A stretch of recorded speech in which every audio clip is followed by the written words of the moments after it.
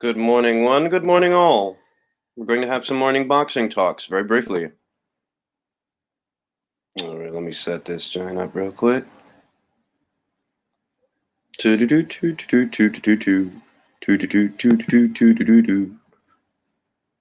1 second. Set all this stuff up. All right.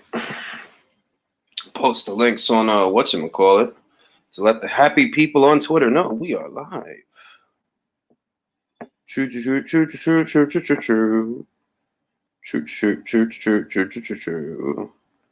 All right. I was goody casual, was goody tone, was goody virtuoso, real Lomaschenko. You know what I'm saying? Couple of subjects I wanted to just discuss a little further. I already did a video about them. As you can see, I have my patented petrified denim. I just threw a t-shirt on, shit. I look presentable.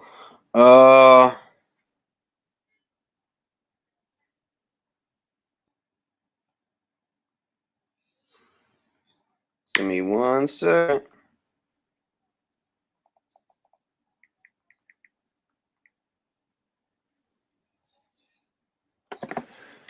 All right, so we know there's a developing situation in the super middleweight division. I talked about it in my last video, how Canelo Alvarez is essentially bringing consolidation to the super middleweight division. In essence, what he's doing is the legwork. That's what he's doing, because there was 4 world champions there, and none of them was in a hurry to fight each other for whatever reason. You know, you can assign blame if you want. If you want to criticize them, you can. It's your prerogative. But them dudes wasn't finna unify nothing. Billy Joe Saunders wasn't kicking down Callum Smith's door, and vice versa. Plant and David, when David had his belt, all they was doing was talking. That's it. They was just talking, going back and forth, saying this and that, but wasn't nobody making a fight.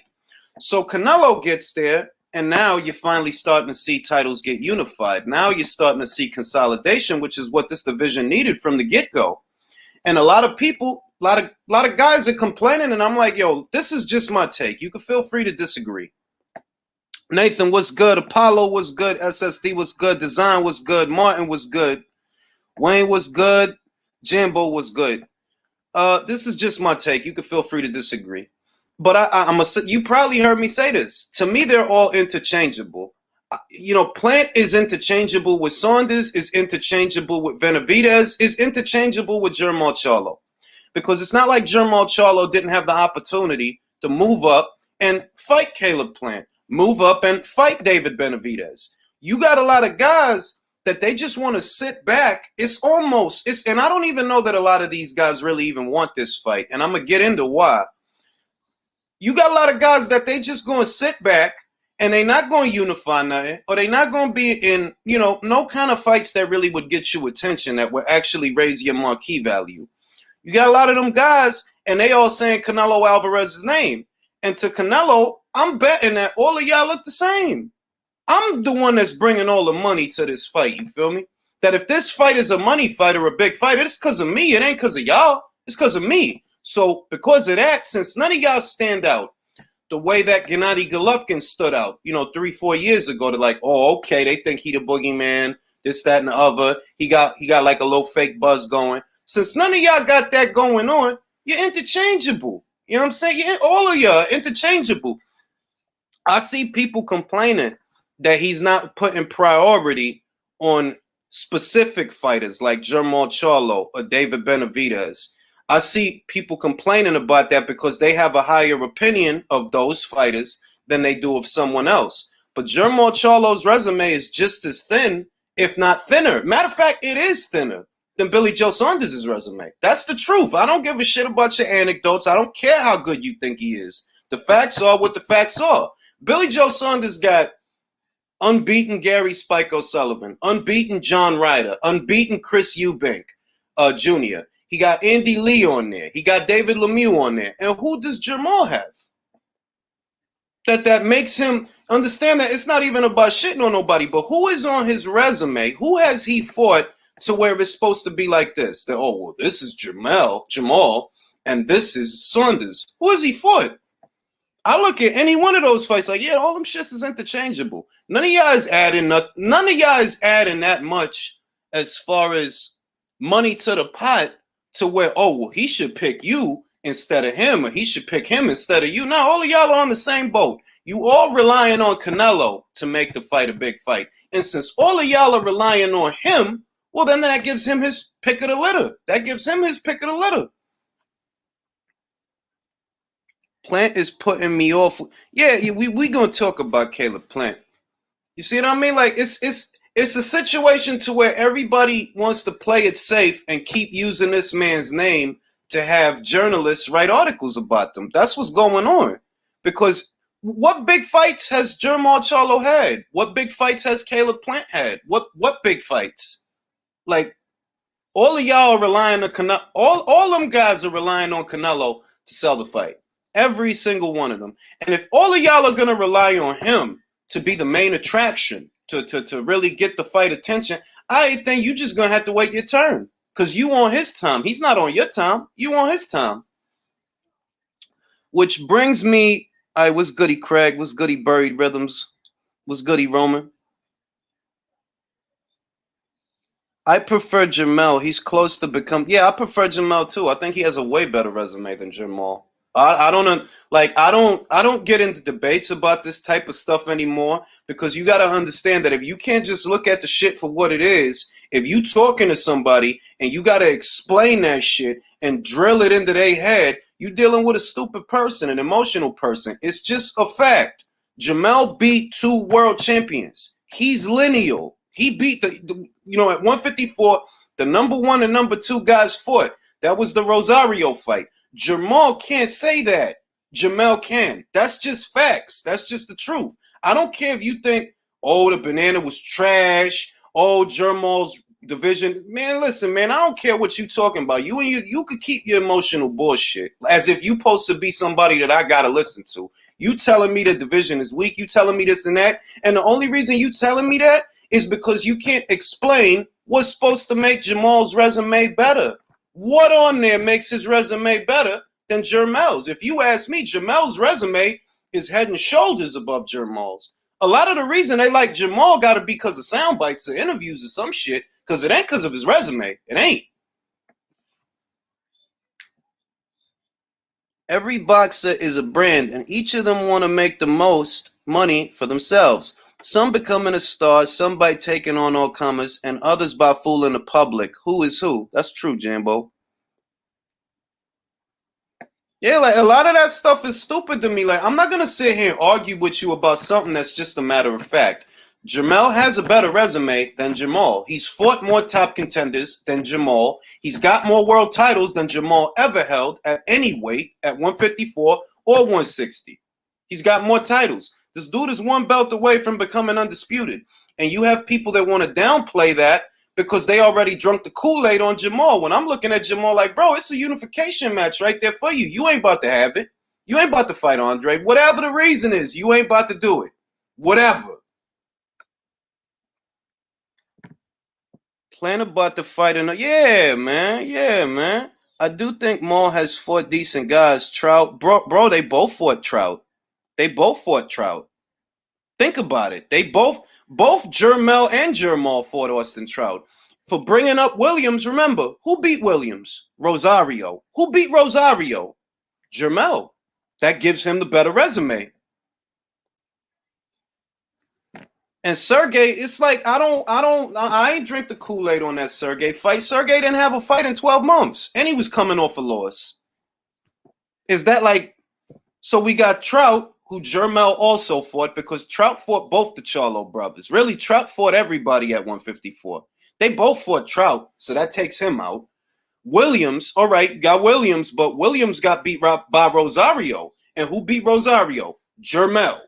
And then you got Sergey, who was coming off a year inactivity and an L.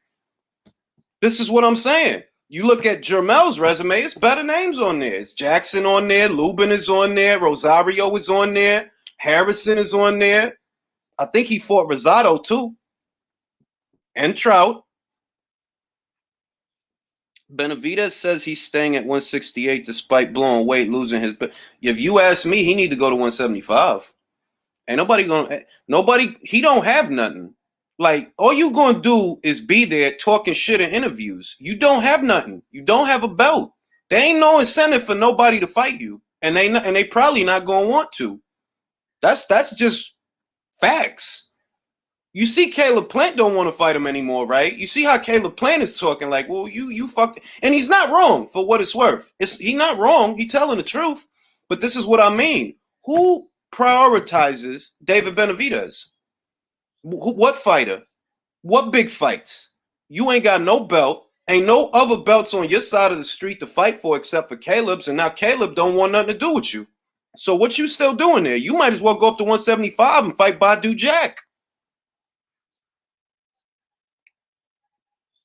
Hey, what's goody, Ebo? I'm not debating if Mel better than Maul. I'm just saying that Williams, Trout, Sergey, and Korobov are good fighters that Maul beat. Mel is better.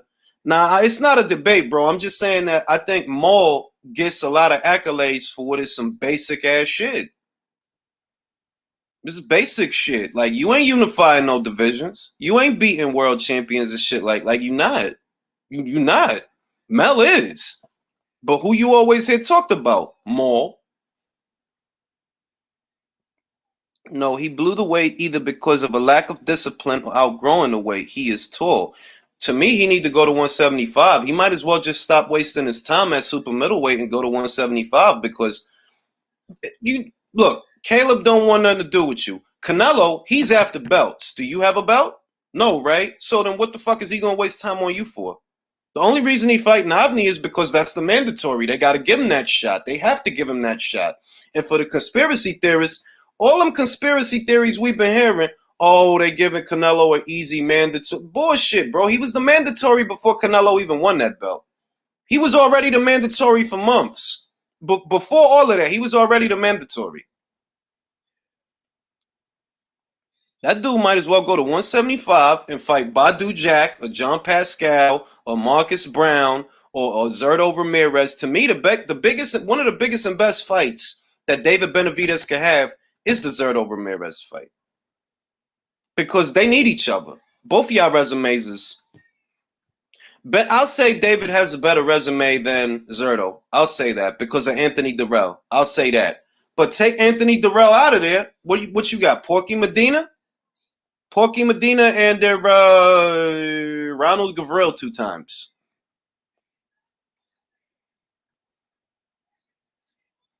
We should be glad Canelo getting him. Yeah, I mean, it's not a situation. Look, it's not a situation where you could really complain. If you see somebody complaining, that's just because they in their feelings. Like, and I've seen a lot of those people. They acting like Jermall is somehow supposed to be better than who he is fighting. And I'm like, well, what's that based on? Your feelings?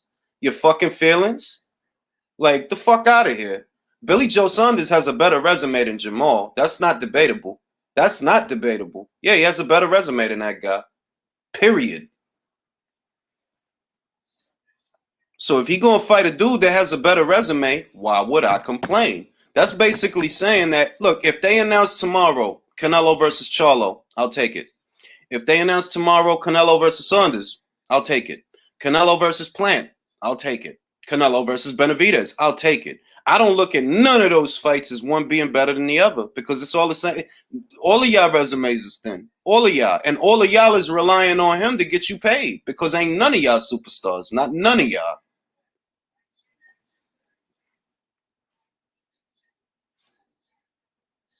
Man, Haney both go to mandatory and got screwed. Yeah, I agree, Wayne. That's the WBC for you. But then that goes back to what we always talk about here on the channel, that it's up to the fighters to decide what route to a world title they want to take. If you go the WBC route, well, they might play with you. They might play with you. They might play with your time. And they might play with your title shot. So you got to decide if that's the title that you really want to go out there and get because they might play with you. Especially when the goal is to, yeah. Eddie's sister has started Matchroom Media, a new branch of the company Tree, knock up a CV fella. I mean, yo, I ain't got media experience, admittedly. I don't. But I'll try. I don't know what they would have me over there doing, but Shaw versus Brian. Yeah, I don't even want to waste a lot of time on that, man. That situation is. And Frez Kendo trying to stop the fight because he has a legal precedence with the WBA to either fight for a title, some wild shit. I'm like, bro, all of this is not even for the for real title. What does Char doing the regular? He's had it for years because of a technicality. He's had it for years because of a legal technicality. That's why he still has it. The same with Trevor Bryan, and Frez Kendo is tied to that because he has a legal precedence to fight for a WBA title. That's why all of them is all wrapped up in that shit. The funny thing is, Frez hasn't fought. I don't know how many years it's been since Frez had a fight. I think it's been like 6-7 years since Frez Kendo had a fight. But he's still worried about that title. I think that what he's really doing is looking for a settlement. I think what he's really doing is using that legal precedence that he has to that title to get money out of the WBA. Like, look, I'll fuck off if you cut me a check. If you cut me a check, then I'll fuck off. But I don't think they cut him a check yet. Oh yeah, Frez is older than Ortiz. Frez is older than Ortiz. That's a good question, Yin. I have no idea. I don't know what's going to happen at 147, and I'm starting not to care. Too many divisions with issues are getting attention when the guys at Superfly is about to fight. They about to fight. All them guys, all them good guys, all that number 1, number 2, number 3, number 4, all of them, they about to fight. I ain't got. Why I'm gonna worry about welterweights that's not fighting for whatever reason? Because we always go over the reasons. Why I'm gonna worry about some welterweights that ain't about to fight when all the guys at Superfly is finna fight?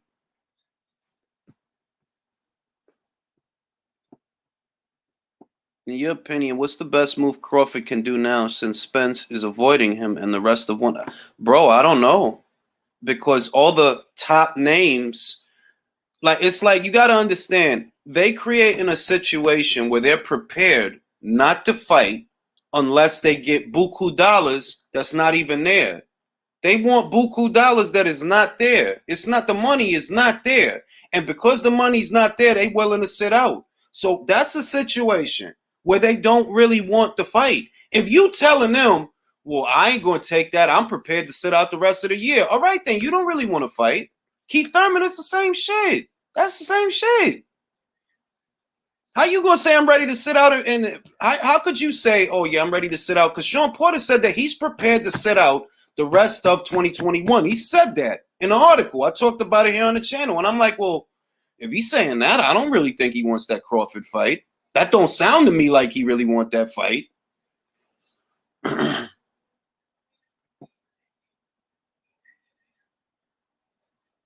I like the fact that UK Hearn are getting things done, undisputed at 140 and heavyweight on deck. Yeah, man. I don't want to waste time on the welterweight division because that shit is tired, bro. That shit is like, who the fuck want to keep talking about some fights that ain't happening? Like, that's not entertaining.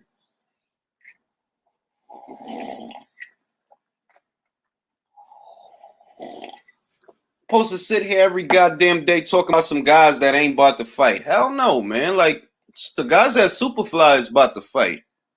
Josh Taylor and Jose Ramirez are about to fight. Tyson Fury and Anthony Joshua are about to fight. Lawrence Okolie and Krzysztof Glowacki are about to fight.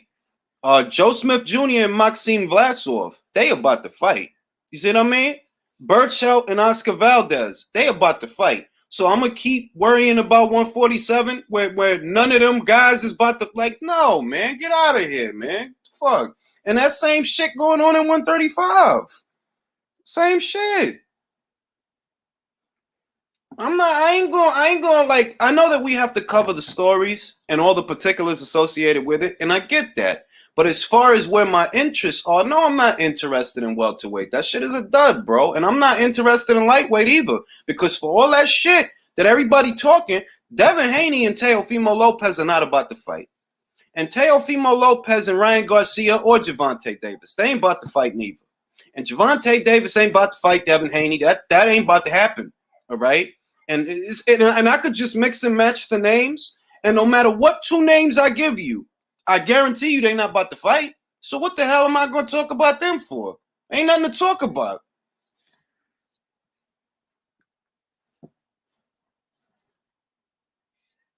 All those you mentioned are not fighting American fighters. It's only in the UK and Mexicans and some Europe. I mean, I can't disagree with you. I would like to. I would like to disagree with you, but I can't. You're right. The guys in Europe, yeah, they down to fight. The guys in Mexico, yeah, they down to fight. The guys in the UK, yeah, they down to fight. They having fights and getting shit done.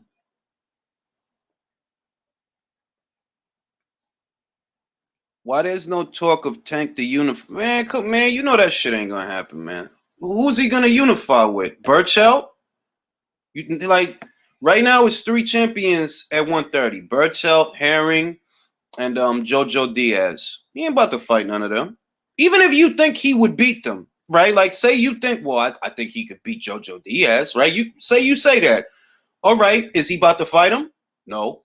So, and before he moved up and then came back down, before that, when he was already there, was he about to fight Alberto Machado?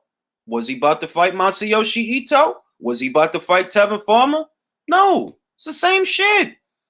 It's the same shit. I don't even like talking about, like, really, I don't like talking about his career because that shit is boring, bro.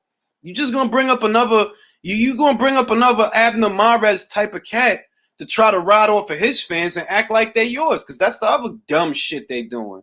That's the other dumb shit they doing.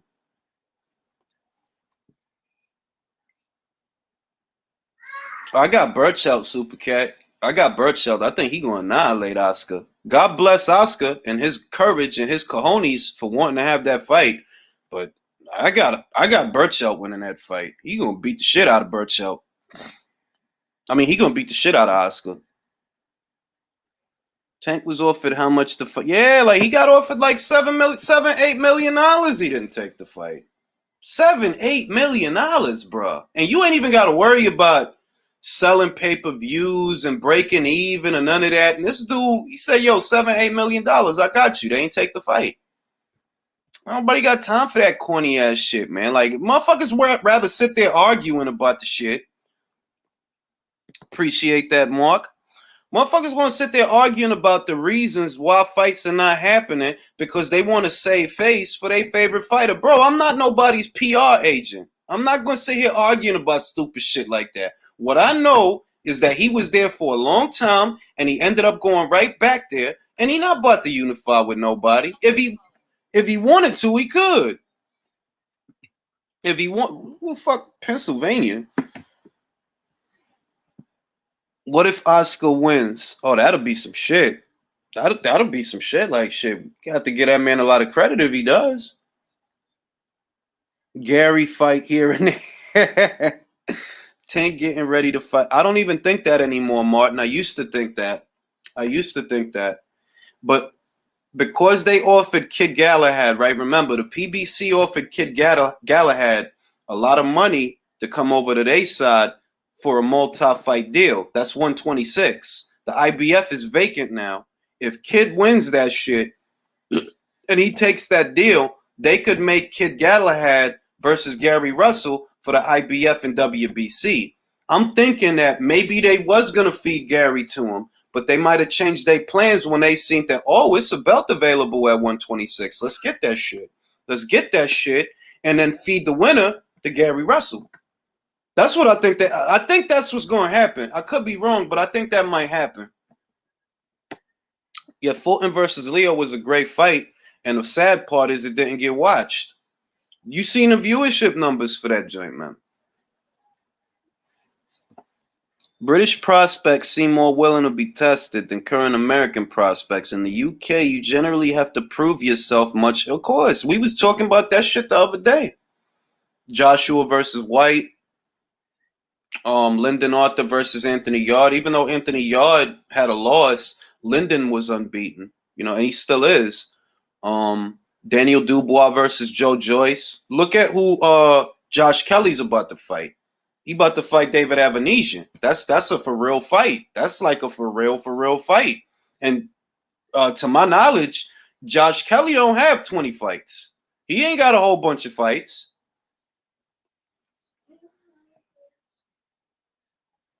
Give me 1 second.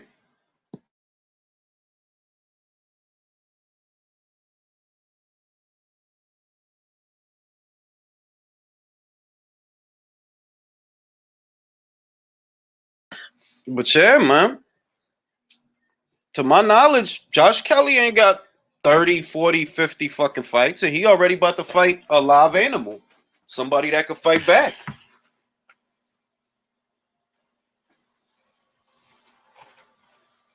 And that's why the American boxing scene is dwindling.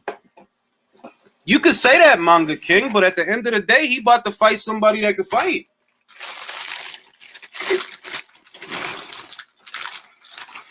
Maybe he is all hype. I don't know. What I know is he's stepping up before a lot of American fighters step up. That's what I know. Maybe he is all hype. Maybe he will lose that fight. Maybe. But at least he's stepping up.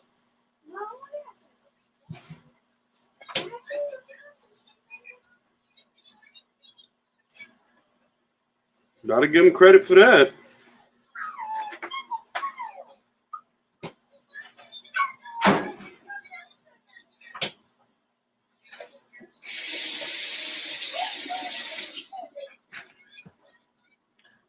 He already did against Ray Robinson. I dig it. I understand.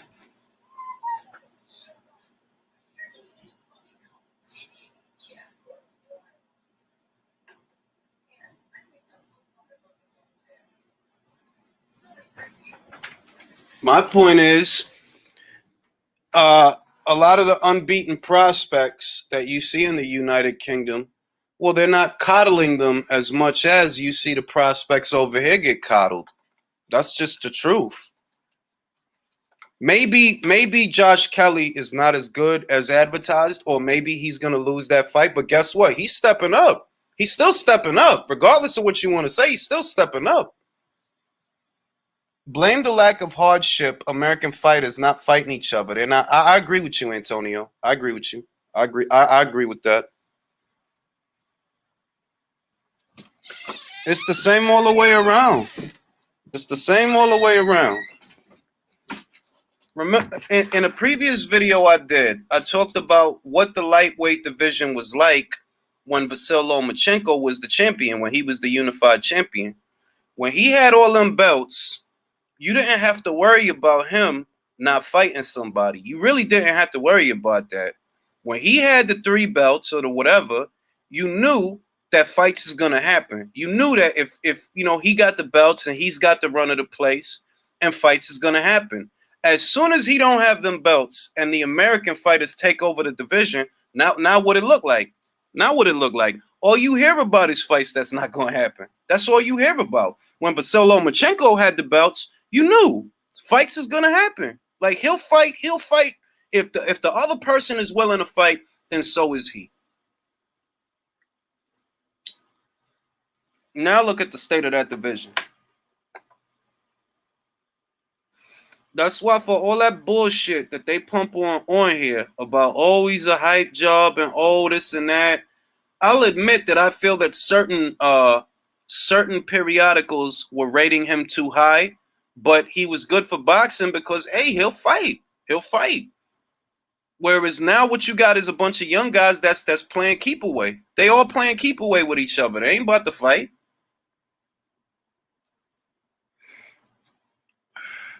Off topic, but has Haymon developed any prospects, or did he just? I'm gonna tell you what, crazy. I have not seen him develop a prospect. Not under the closest I could say that is a fighter that went from prospect to contender to champion under Al Haymon is, I don't know, maybe Gervonta Davis. That's it.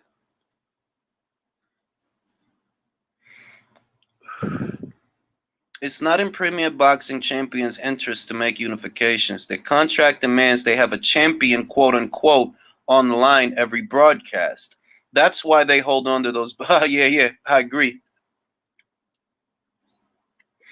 Orlando, you saying that he didn't fight Haney, but who was he? Who were the?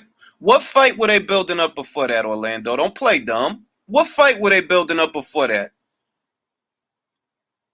It's common sense stuff. They're like, yes, the Haney fight didn't happen. To make what fight though? To make what fight?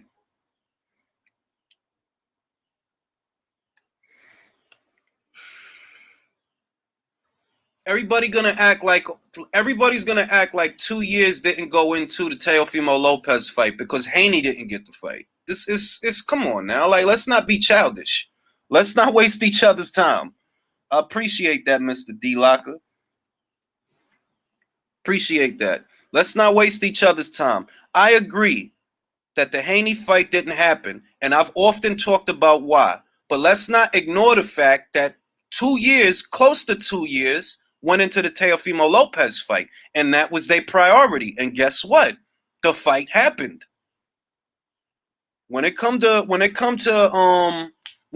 when Loma had the belts, no, as a boxing fan, I was never worried that he wasn't going to fight somebody. I was always worried that somebody won't fight him. But I was never worried about him not fighting somebody.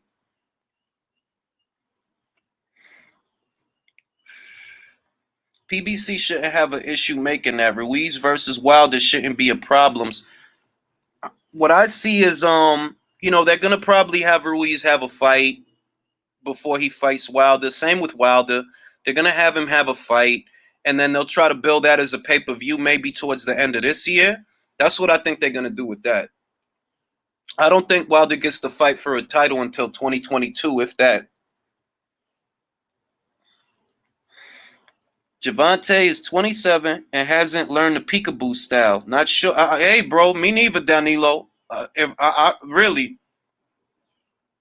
here's an example. Jack Dempsey had to fight just to eat when he was only a teenager at the time. Just imagine you fight to win just to eat. Where is that? Yeah, I agree with you, Antonio. Those was different times that breeded different types of people and different types of fighters. Tough times breed tough people. When Ellaby says he wants to make Tank Davis a star, does he mean he wants him to be a... No, you know what he means, crazy. You know what he means. Eddie Hearn doing great things. Yeah, yes, he is. I agree with what you're saying. He should have fought Haney. This is what I'm saying, Orlando. This is what I'm saying. That situation is not because of the fighters. That's not Haney's fault. I ain't one of them channels that's just going to attack Devin Haney for the sake of attacking Devin Haney. He didn't do nothing wrong. The reason that fight didn't happen is because Top Rank don't want to go to purse bid with Matchroom. And they knew so long as Haney is the mandatory, at some point, they're going to order this fight. And what Eddie Hearn is going to try to do is what he did with Anthony Crolla. He's going to try to use that to get Lomachenko on the zone. That's what he's going to try to do. And that's why Bob Arum decided, let's shoot for franchise so that Lomachenko won't have no WBC mandatory. That way, we ain't got to worry about Eddie pulling out his wallet.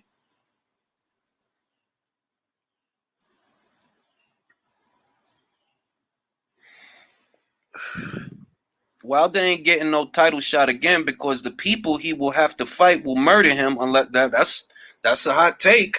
That's a hot take. But I mean, I'm saying at minimum, what I see based on what's going on right now is it ain't gonna be no world title available for him to fight for at least 12 months. It ain't gonna be no world title available for you to fight for. They're gonna be tied up with the first Fury fight. Then maybe the WBO becomes vacant and Usyk fights somebody for it. But it ain't gonna be Wilder. Like, he not gonna get the fight for no title for at least 12 months. For at least 12, because they all tied up.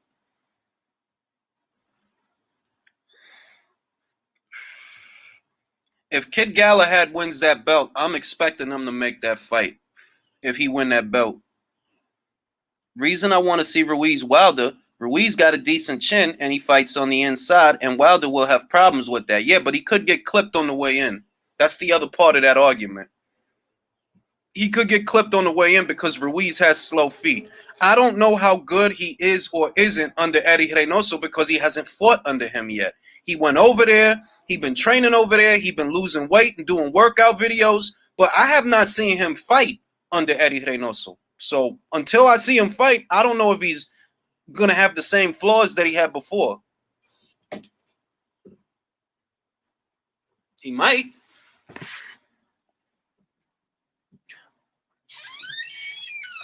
I would like Ruiz versus Alen Babic, but that fight won't happen.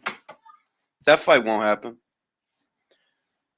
If Joseph Parker beats Junior Fa, he talking about he want to take on Dillian White and Derek Chisora and all these people. We'll see. We'll see. I'm not against it.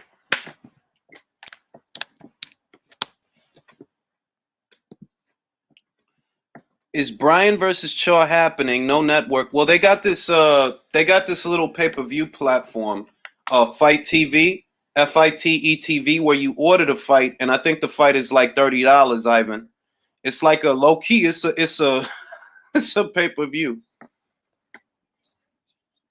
How do you see Usyk versus Joyce go? That's a good question because I've been asking this over and over that when Usyk beat Joe Joyce, that was a 5-round fight. That was years ago. That was like a semi-pro fight. That wasn't a full 10-round or 12-round fight.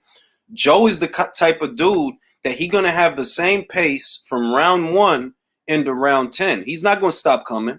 So the question is, do you think Usyk could shake and bake this man for 12 rounds? Because that's what he's going to have to do. Joe not going to stop coming after him.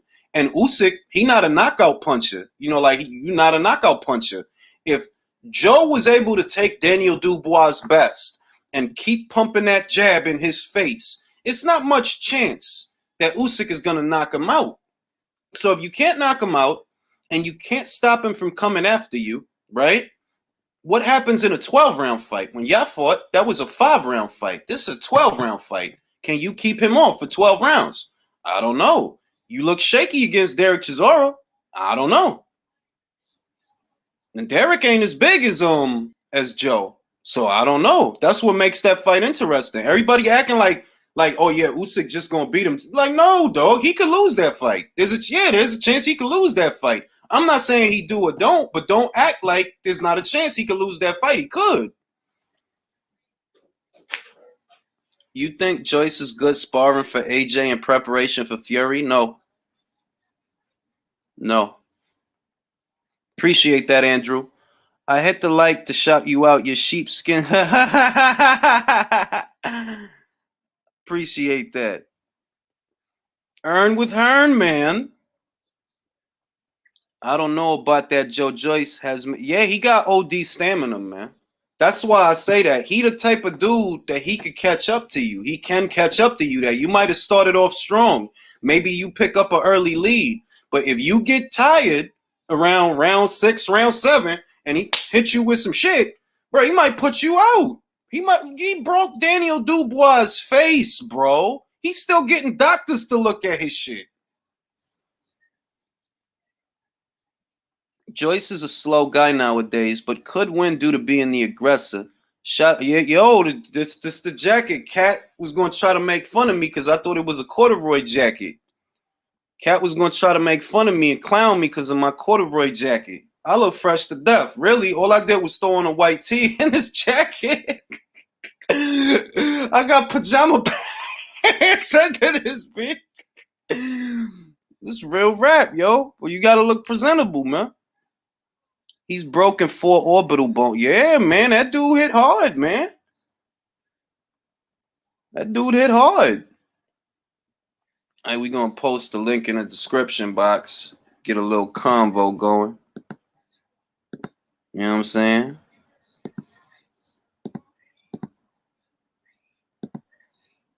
Resident Evil. Cool. Hrgovic beats Bacol, and yeah, I would edge that fight that way. I like Martin Bacol, but I would need to see more fights, a couple more fights before I would feel confident enough to pick him to win that fight. I would go Hrgovic if they make it. I go Hrgovic.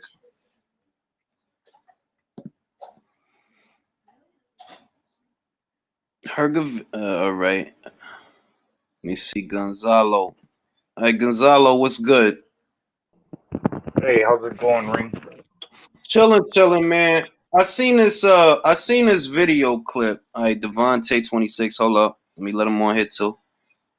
Device is not connected. Hold on, Devontae.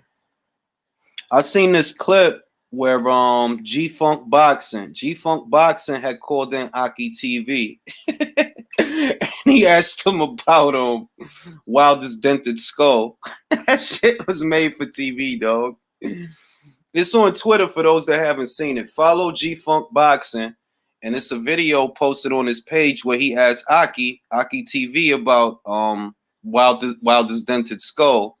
And he was like, yo, what happened to the dent? What happened to the dent? Shit is wow funny, dog.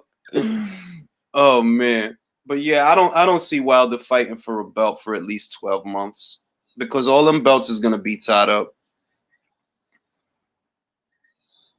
Dented skull. That's the stupidest shit I ever heard, dog. Like Devontae trying to come on again. Let's see if he get on this time. I don't know where he at. Probably got a bad network connection. But yeah, that whole it's what I always said it was. They're like, yo, nothing is gonna happen with that shit, bro. The only reason they saying that is to get people to watch their videos and monetize their shits. Ain't gonna be no ain't gonna be no goddamn court proceeding for no dented skull, bro. If your skull is dented, right? He put a hole in your shit or a dent in your shit. How are you gonna pass an MRI to even have a rematch? You got a dent in your skull. You're not gonna pass a physical exam to have a fight, bro. You're not gonna make it through the MRI to have a fight. This is goofy shit. Like, man, whatever, man. Y'all motherfuckers just believe any old dumb shit. Hey, you were just speaking about Joyce breaking Daniel Dubois' face. I mean, it's a reality. People break bones. Yeah, and look at like Daniel Dubois' career, low key, hangs in the balance because of that. Because if he has permanent damage to that eye, they might not let him fight. And that's just his eye. Feel me? What do you think the doctors would say if you got a hole in your skull? This is common sense shit. Another thing, Wilder, I mean, Luis Ortiz did punch hard, but he's kind of slow, so where he saw the punches coming. But Wilder had never really faced power punchers either. No, he could have didn't. happened to him if he would have faced another guy that punches along the lines of how Fury showed up that night at 270. Well, I saw a post on Twitter, right? They were talking about the somebody posted it on Twitter. I forgot who, but they was talking about the Povetkin fight that never happened. That if the fight would have happened, who do you think would have won? And looking back at how things have played out, you got to say that, yo, if they would have actually got the chance to fight, Povetkin fuck around would have beat him. In Russia or Meldonium, yeah, he would have beat him. He would have beat him. Probably would have knocked his ass out. Yeah, Wilder could have won, but you could guarantee that he would have got rocked and would have been on spaghetti legs and would have been like one of the moments he had against those other fighters where it was goofy leg, like Molina and Spilka. I think easily that would have been like one of those type of fights where he would have definitely got hurt. I'll go as far as saying that there's a good chance, a good chance that he might have lost that fight. Devontae was good. Was good, Jules. Ain't shit, man. Talking about this this fight that never was, this Povetkin Wilder fight. And the more I think about that fight now, like in 2015 and 2016, when that fight was an issue, you know, it was going on, it was supposed to happen or whatever. I thought, well, maybe Wilder knocks the guy out. But in hindsight, looking back, I'm like, yo, you know what? He probably would have lost that fight, man. In Russia? Because that's where it was supposed to be at. Ryabinski won the purse bid. We know Povetkin was on Meldonium. We know he was on the sauce, the stamina sauce. Yo, Wilder fuck around would have lost that fight. Fuck around. And Povetkin would have became the WBC champion. Yeah, I never thought Wilder was going to win that fight. Even with Dillian White, those are bad matchups. I felt for Wilder. Yeah. Looking back, I feel like, you know what? Povetkin probably would have won that fight. But it is what it is because the truth came out in the wash anyway. They picked a cherry in Tyson Fury. They looked at Tyson Fury as a cherry. That's what they did. They seen a cokehead with obesity issues on the rebound. Let's fight him. Instead of fighting Joshua for all this money, let's fight him. And look at how it worked out. One way or another, the truth always comes out. It always comes out. Let's think about it. Wilder, before the rematch against Fury, was dropped by two feather-fisted heavyweights. Ow. That's a fair point. He got dropped by Harold Sconares. I don't know who else dropped him, but I know Harold Sconares dropped him. And I know this really, in one of his earlier fights, there was this like real fat white dude that had dropped him. They didn't count it as a knockdown, but it looked like a knockdown. Oh, Tom, talking about the guy that was wearing like tennis shoes and like regular basketball shorts. Yeah. So like that, yeah. It's an old ass fight. Looked like it was in a high school auditorium. Wilder has smashed more. He said Wilder smashed more bums than Elton John. Shit, but he's not. Look, he's not really an interesting subject to me anymore. Like, to be honest, like now everything that happened, there's really no point in like even like I don't even be feeling like making videos about the cat, to be honest. But news is news, right? So I got to do it.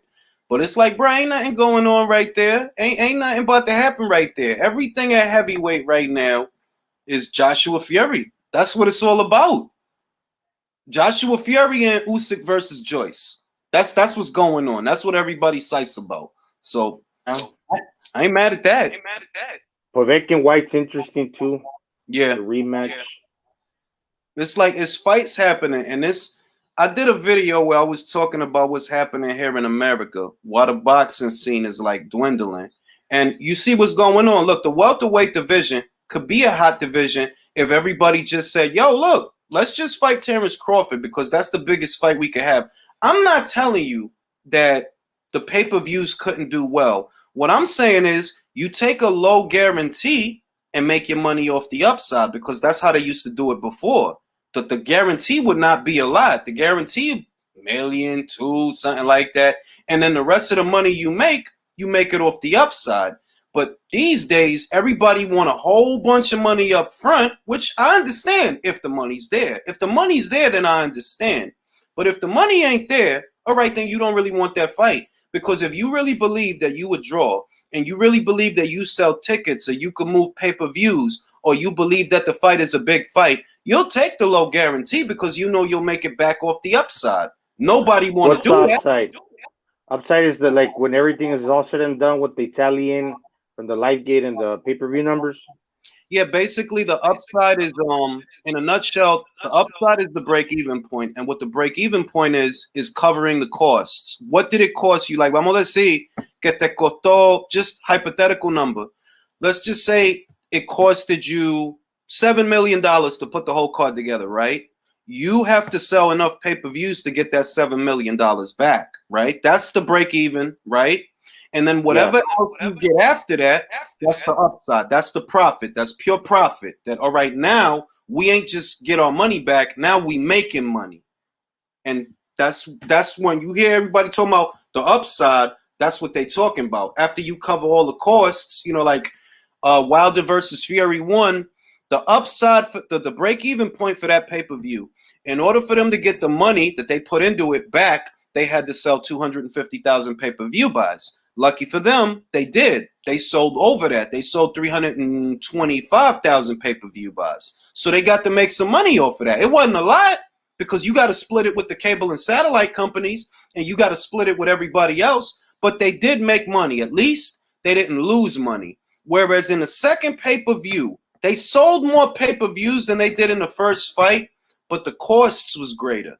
They needed to sell about 1 million pay-per-view buys in order to cover the cost because they paid $4.5 million in advertising. They guaranteed Wilder and Fury way more money in the second fight than they did in the first. And you got to be able to cover all that. If you can't cover all that, guess what? You losing money. Hey, Mark was good. How's it going, Julius? Nice color, man. I'm telling. I gotta get fresh out here. I gotta be fly out here. Yeah, so I just came back. I came over here. I was on another live. I saw the link, so I jumped on. I don't know where we are in the combo. Now we just talking about what exactly a break-even point is for a pay-per-view and how if Keith Thurman, and it's simple. If Keith Thurman and Sean Porter really believed in themselves and they believed in their drawing power, all you have to do is take a low guarantee and make your money off the upside. The reason they don't want to do that is because of the same reason Bob don't want to put up the money. We don't know if there's going to be an upside. We ain't popular like that. That's the reality of it. Like, bro, maybe Thurman, maybe, and that's a big maybe. And I love Sean Porter, but he's not popular. Not the way you gonna move a whole bunch of pay-per-views. You didn't move a whole bunch of pay-per-views with Spence. Like, there's a difference between Porter being likable and a lot of people actually genuinely loving who he fights in the ring, and then these same people going out in droves to buy his fights, because it doesn't really happen. That doesn't happen, and that's why he doesn't see this whole argument about how Bob should put up extra. It's a stupid argument to have, because if I'm Bob Arum, no, I'm not putting up a bunch of money because I don't know if you're going to bring it back. And the truth is, you don't know if you're going to bring it back. That's why you want me to guarantee you a whole heap of money, because you know in your heart of hearts, you probably won't bring it back. And I'm not just going to give you money for the sake of giving you money. Nobody's going to do that except Eddie Hearn, probably. Maybe. And Julius, you seen well, there's okay. So you seen the Sean Porter thing, his channel, right? You've seen his channel, and you've seen the part where he was talking about the offer, the million, and he said that that was a disgusting starting point, and he said 2 million would have been an insulting starting point. So that lets you know they're way off base. 2 million would have been an insulting starting point. So he wants a minimum of like 3.5 or something. Of 2 million is he probably wants $4 to $5 million guaranteed and a share of the upside. And this is why I tell guys, and I can only have this conversation with certain folk because a lot of motherfuckers is too stupid to understand this, that right now that money is not there, period. It's not there, but you can still make money. It's not that you can't. If you take a low guarantee, the break-even point will be easier to hit, and you'll start making money faster. But you don't want to do that. You want a whole bunch of money up front, and you probably want 50% or 40% of the upside. Bro, it might not even be an upside. Does Porter Crawford do over 150,000?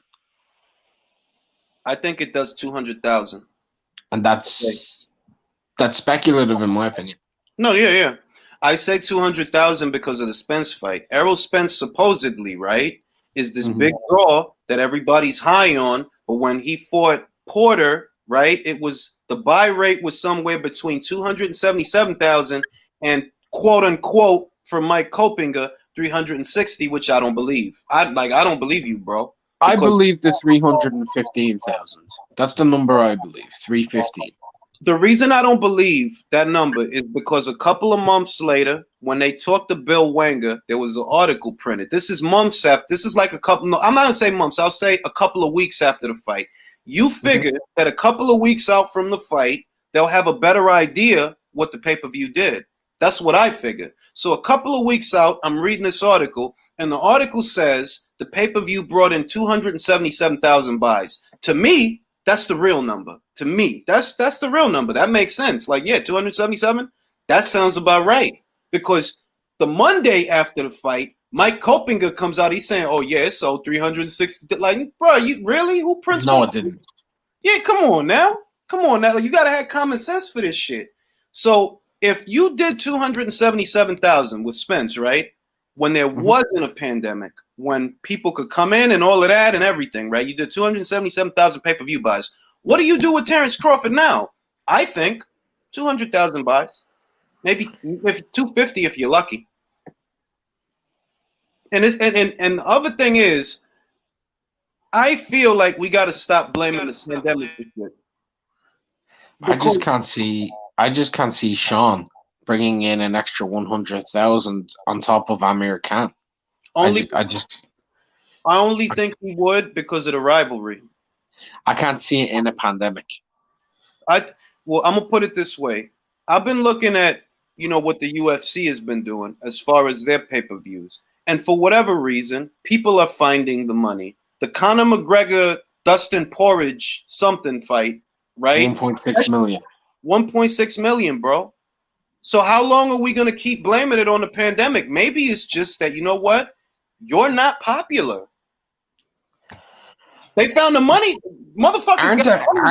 Aren't MMA pay-per-views cheaper, Julius? Aren't they cheaper? Aren't they cheaper? The MMA pay-per-views aren't they like $60? Like $6, yeah, but that's only $20, bro.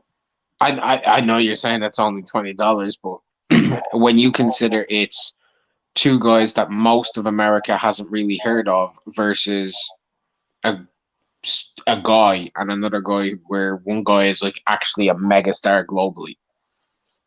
I see what you're saying, but that goes back to my original argument that beggars can't be choosy. You need to stop lying to yourself about your economic standing and your drawing power. You not hot like that. You still in a phase of your career to where, there's more work to do because you're not a star. Al Haymon might tell you that shit and all these other motherfuckers, but no, you're not a star. You're not. A lot of these guys ain't. There's only 3 stars in the sport of boxing: Canelo Alvarez, Anthony Joshua, and maybe Pacquiao. How could I forget Pacquiao? Pacquiao's a damn. Pacquiao. Well, he goes above star, doesn't he? He's iconic. Yeah, aside from him, all these guys: Errol Spence, Gervonta Davis, the whole clusterfuck of fights that aren't about to happen. None of these kids are stars, and until they realize that and start moving like that, it ain't gonna change. It's not gonna change. You're not a star. I think a good number of these guys is great fighters, but you're not a star. We can't put you in there with any old body and you bring us back 500,000 pay-per-view buys. Canelo Alvarez went in there against Liam Smith, Liam Smith, who nobody here knew, but he still sold 300,000 pay-per-view buys. He went in there with Amir Khan and did 600,000. Teofimo Lopez moving forward. Huh? Now, what about him? You think he's gonna become a star if he faces another tough fighter like Lomachenko? He could. He'll sell around the 500 that you're mentioning. I think it's possible with Teofimo because of who else Top Rank has over there. Teofimo, the beautiful thing about Teofimo is he's young, he's strong, he can talk shit, and he's not afraid to fight. That's what's working for him. The thing that kind of fucks it up for Teofimo for me is I don't know what's going to happen to him at 140. I don't think he can beat Josh Taylor. I'm going to say that shit right now. I don't think he can beat Josh Taylor. He could derail that whole fucking shit. Josh Taylor will beat him. So his success to me is contingent on who he fights at lightweight. Them lightweight, he could beat a lot of them, a whole lot of them. But at 140, if your plan is to go to 140 in the next, 2 to 3 fights, I don't see you beating Josh Taylor. I don't see that happening.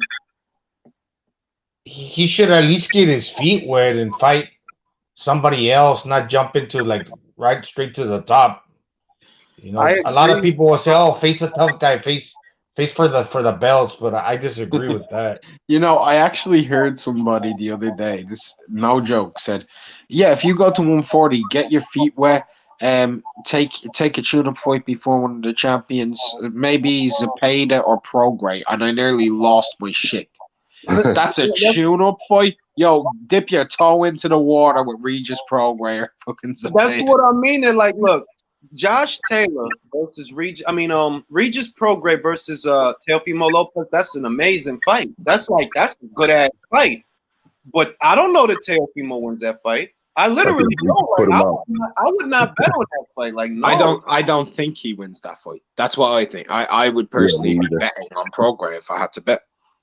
Yeah, because Prograis been in there with people. He's been in there with Kirill Rillick. He's been in there with Julius Ndongo. He's been in there with Josh Taylor. You know that he's battle tested at that weight. Teofimo versus even Teofimo versus Baranchik. I don't know if he wins that fight. I don't. That's a tough physical dude. He gonna come after you. That's what he gonna do. And I don't know if you can handle that at 140. It's the difference between Jorge Linares at 135 and Jorge Linares at 140. That's the difference. That Pablo Cano, he might beat the shit out of you, bro. No, he's not as decorated as you, but he might beat the shit out of you. But Pacheco's a small guy. He's not gonna be privileged to do what he was able to do to Lomachenko. He stood him off at least, but with these other guys, they're gonna pressure more just with size alone. And he little, like Teofimo's what, like 5'7", some shit like that. He little, like bro, like Josh Taylor, damn near 6 feet tall. He like 5'10", 5'11", right? Josh, he's a big kid. He can move around the ring, and he hit like low key. He hit hard, bro. Them short hooks he throwing, he hit hard. I think he'll beat Teofimo Lopez. So that being said, to the original point. Can Teofimo Lopez get to a point where he can move 500,000 pay-per-view buys on his own? Yes. If he fights the Devin Haney's, Ryan Garcia's, Gervonta Davis's, so on and so forth of the world. But it has to be at lightweight because at 140, I don't know if I could trust him. I'm not saying that I don't know what's going to happen when he goes up there. I'm saying if that fight was next, hypothetically, Lopez versus Taylor, bro, I'm picking Taylor, and I'm betting generously. I'll put $500 on Taylor. Yeah. I put five. It's common sense, and that's nothing against Teofimo, but this ain't a bandwagon channel, man. Hey, if he wins, if Teofimo wins that one, man, he catapults himself up to the top. I think, right? I would say so. I feel like what Teofimo should do. I think he should have the Devin Haney fight, and I don't think they're gonna fight, by the way. But this is just what I think. I think he should have the Devin Haney fight sooner than later before Devin gets better. Because I don't know that he's going to beat Devin. I don't know that he'll be able to beat Devin in the next 3-4 fights. But if you get him now, while he's still on his training wheels and all of that, you could probably beat his ass. Probably could. But don't wait too long to have the fight. Don't wait too long. Devin ain't that like I like Devin. I like them all, to be honest. But he hasn't fought anyone, bro. You haven't been in there with a Richard Comey. You haven't. The thing I like about these guys, look, if they don't fight each other, I think this is what's going to happen. They're going to pressure each other by like one guy trying to outdo the other. That if they don't fight each other, well, one guy's going to look to fight the Pacquiao or the Fortuna or step up, in competition to where the other guy's going to be kind of like hating or jealous or want to one up that guy. So if they don't fight each other, Gervonta, Teofimo, Devin Haney, or Ryan Garcia, at least try to outdo the other guy by facing the tougher guys, and we'll get good fights like that. I think the Nakatanis of the world. I think it's going to be a cold war at 135 for the next 12 months. Like just like you just said, bro, they're not going to fight. But what they're going to try to do is outdo each other. Like, look, Ryan got the Pacquiao thing going on. He going to use that to say, yo, I'm the A-side to all of y'all because I had an exhibition match with Pacquiao. Nobody give a fuck about what y'all doing. I had an exhibition match with Pacquiao. He a bigger name than all of y'all. So I don't see Ryan wasting time on a lot of these guys. Devin, yo, fight for a tuna. Fight for a tuna. Because if nothing else, you need to get better. You need that experience. And you're not going to get that experience no other way than fighting them people. If it's tomorrow, you got to give Teofimo at least even money to beat Devin Haney. At least even money. Because he fought better people. He fought Nakatani. He fought Comey. He fought Lomachenko. Who you fought?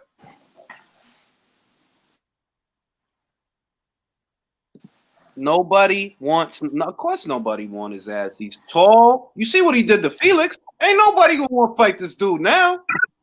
I could go for Richard Comey. He gave Teofimo a nightmare fight. I could go for Nakatani versus Comey. I'll tell you that shit. That's fireworks right there. It's a good ass fight. That is a good fight. And The Comey, two warriors going into the ring to trade it out. Comey hit hard enough that he could knock fucking Nakatani's block off, but Nakatani's so goddamn tough. Like, bro, I thought that fight with Felix, when he first knocked Nakatani down, I thought the fight was about to be over. I ain't never thought that shit was gonna happen, bro. You fuck Felix up. I like Nakatani, man. Them Japanese fighters, man. Tough motherfuckers, man. Tough motherfuckers. That went underrated in the fight of the year conversation, to be honest, for Dejo versus Nakatani. It was a war. It was. It was because it happened so late in the year. Like, put it this way. I had a little award thing, right? And I had a performance of the year, which isn't necessarily fight of the year, performance of the year. Felix Verdejo versus Nakatani, right? That happened late.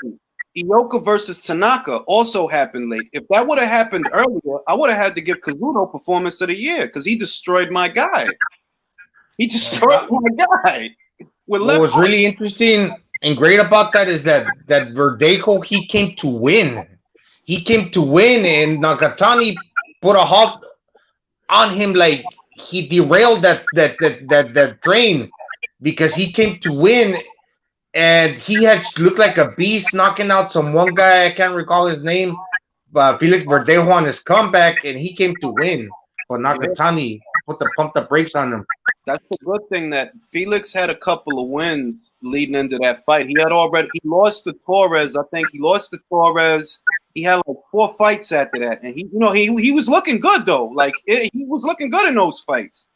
And Nakatani wasn't having that shit. Like, nah, bro, it's my time now, B. I can't I like Nakatani. Like that's the kind of guy. Like everybody's always talking about the Ryan Garcias, the Devin Haney's, and all the notoriable fighters. But it's guys like Nakatani that make a division great.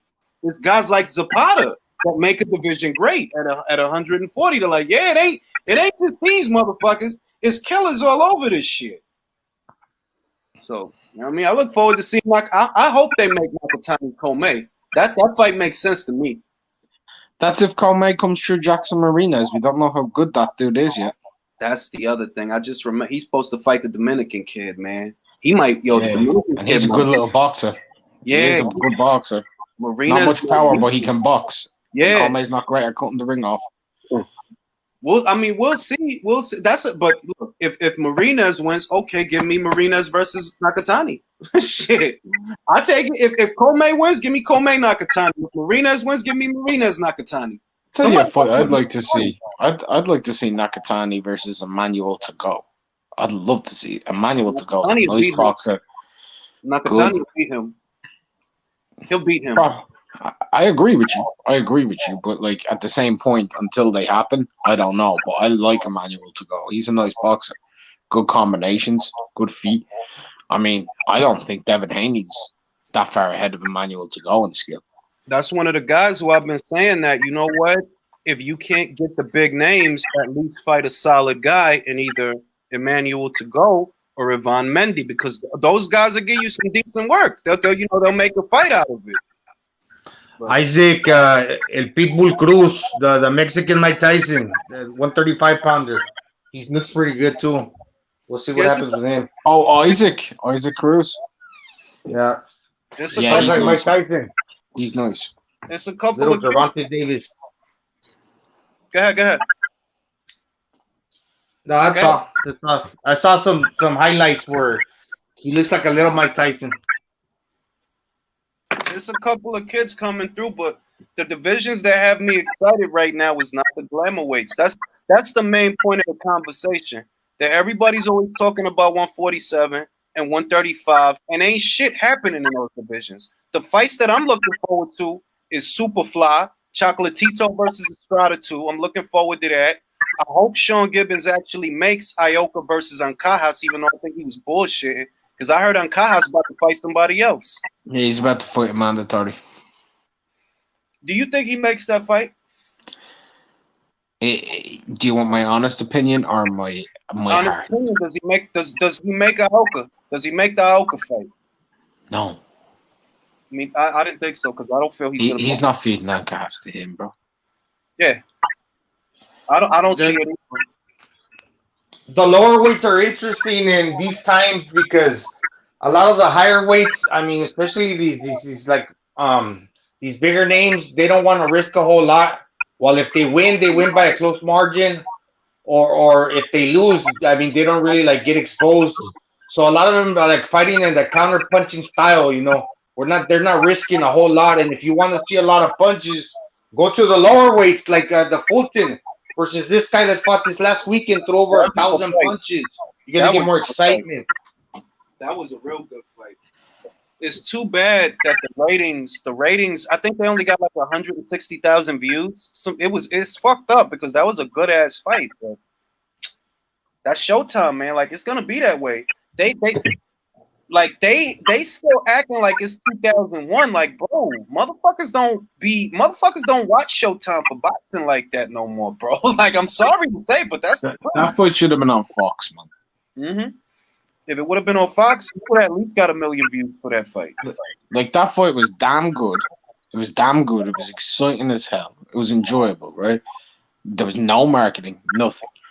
I just seen a commercial with Caleb Plant versus Caleb Truax on Fox during an NFL football match. Exactly. But I'm telling you right now that like, and yo, somebody got to mute their mic because I keep hearing background noise. Mm-hmm. What they doing over there at the PBC, I firmly believe they don't know how to sell boxing. I'm not gonna get into an argument because the numbers are what the numbers are. You staged 3 pay-per-views, not a single one hit 300,000. You actually have good fights to make, and you don't make them. When you do make them, look at Stephen Fulton versus Leo. That fight should have got 1 million views, bro. That was a good ass fight. Who y'all put the advertisement money into? Caleb Plant, who turned down Canelo Alvarez 2 times. That's fucking wild to me, man. Like, what are y'all doing over there? Who you think is psyched to see Plant versus Truax? Nothing against Truax, but it's like, be real though. Like, who you think is psyched to see that fight, man? Truax hasn't fought in like a year. I've been excited to see Caleb Truax fight since him versus DeGale. That was a better set of fights as a package because DeGale was on the slide and you didn't know if he was gonna win. Exactly. That's what made that intriguing. They're like, yo, this dude is in decline. He might fuck around, lose this shit because he wasn't supposed to lose the first one. Really? Caleb Truax is like, and he's really shot now as well. Truax, like he's shot. Yeah. And this is what they put the advertising money into, though. Go ahead.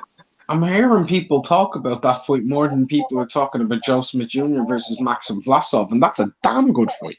That's a damn good fight, but one, they think that because it's the weirdest thing, man. It's the weirdest thing. Joe Smith Jr. is more proven than Caleb Plant, even though Joe don't have a belt. He is more proven. He fought Sullivan Barrera. He fought fucking Fanfara and Hopkins and Bivol and Alvarez. His last win, he beat fucking leader, bro. He stopped the leader. And not for nothing, low key, I have to admit, I thought Jesse Hart was gonna beat him, and he didn't. He didn't beat him. Joe beat the shit out of Jesse. You thought Jesse was gonna be it? Yeah, bro, I thought it was because my thing with Jesse was Jesse was a big super middleweight. He was big for that weight, and I'm thinking, yo, he probably be looking like that down there because you don't belong down there. Maybe if you go to 75, you'll be fully hydrated and you'll feel better and fight better. Nope. Yo, Ring IQ thought that Jesse had heart, right? Like he got heart, Jesse Hart. Like straight up, Jack. Like, whenever I heard people tell me like they've got Jesse versus Joe Smith, I was kind of like, I didn't get it. I never got it.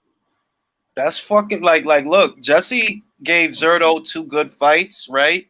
But I always looked at him as like, yo, you don't belong at super middleweight, bro. You too big for this weight. You probably killing yourself making that weight, and that's why you be looking like that.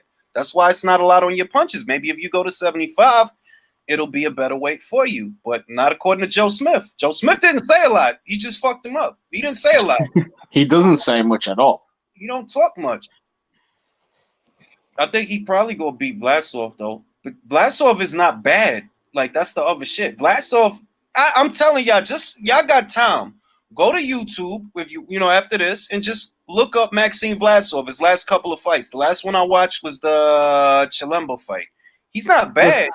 I'll tell people this, right? You can watch enough of Vlasov to know that this fight's going to be competitive in even his losses. Like, don't look at the scorecards of Vlasov versus Glavatsky. Don't look at them. Make your own scorecard. Watch that fight. Yeah. Just watch it. You'll see. At cruiserweight against Glavatsky, he was good. Watch him against Zordo Ramirez. That's a damn good fucking fight. Hey guys, remember that fight about a month ago? The pupil of or his stablemate. One guy he was promoting, the Kazakh Thunder. No, not Kazakh. Was it Kazakh Thunder? A Kazakhstan fighter that got knocked out like in the last round. I think. I know who you talking about. And they knocked him out. Was he a 68-pounder? Are you talking about Gongora versus Akhmedov? Yeah.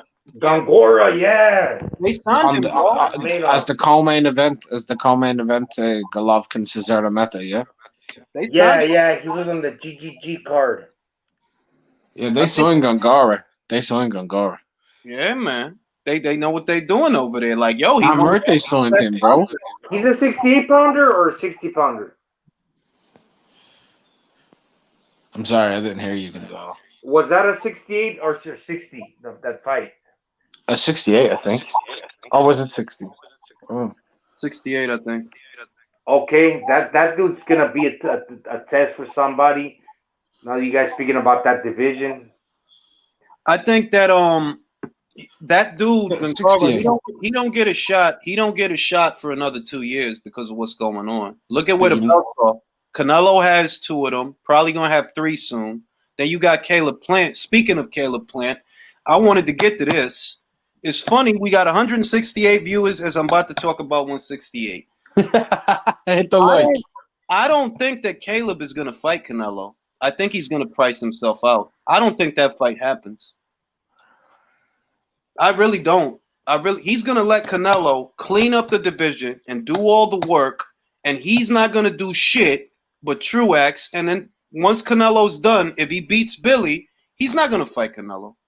He's not. He's gonna do the wildest shit. I think that's highly probable.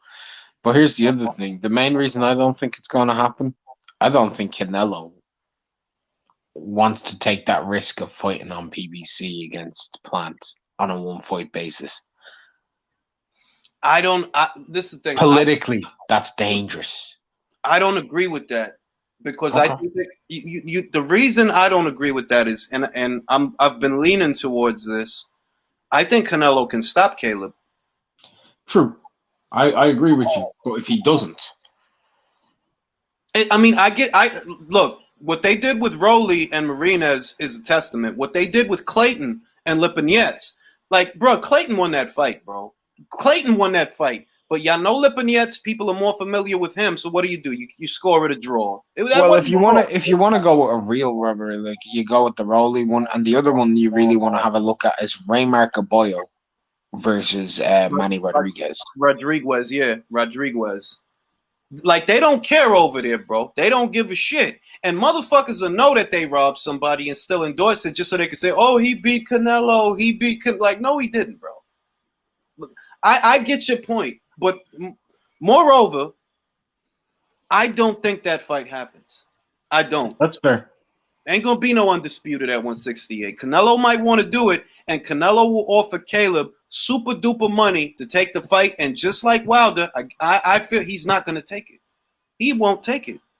They'll keep him over there, and he'll talk his dumb shit, but he won't fight Canelo because he know if the same is true in reverse for Plant. If you go to the zone for Plant, right? I mean for Canelo, maybe you put up a decent fight and you get juxed on the scorecards. I don't actually think that Caleb can beat Canelo, but you know Canelo does have a way with judges. Let's be honest, does have a way with judges.